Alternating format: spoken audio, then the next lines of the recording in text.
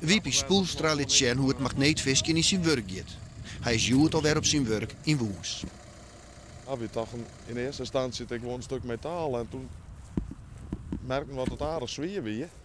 En toen zei de vriendin van het zou wel net helemaal goed zijn. Ik wist ook maar een belje. Zijn maten Klaas en Jan op een Westereen binnen nog onder de indruk van de vierst.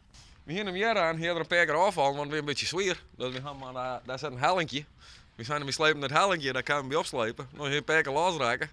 En uiteindelijk gaan we hem eruit krijgen en dan werd een aldermachtig groot blok ijzer. Mijn prins kalm en prins draak. Nou, we gingen hier zit nog wat oude horen van, nou, wat vreemd ding, het is een bom. Nou, de jongens zeggen, oh ja, het is echt nog een bom. Maar ben je hem toen net schrokken?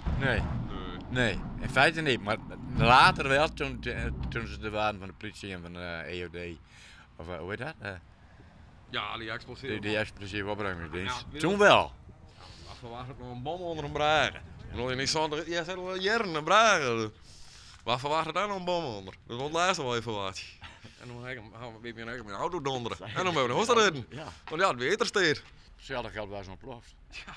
Nou, en toen rijden wij achter hem aan. En hij had dat ding achter in de auto. Door de verkeershoogte. Ja, door de verkeershoogte. Is je oh, gewoon. Als je het straks ontploft, dan denk je weg, Klaas, doeg. Ja, je kent nou hem leidzen, maar toch wie het wel heel gevaarlijk. In principe wordt het levensgevaarlijk. Ja, maar dat weet ik niet. Ik denk dat het wel wat afvalt, ja. Zodra je het idee had dat er munitie wijzen kan, op het plak was best wel lezen.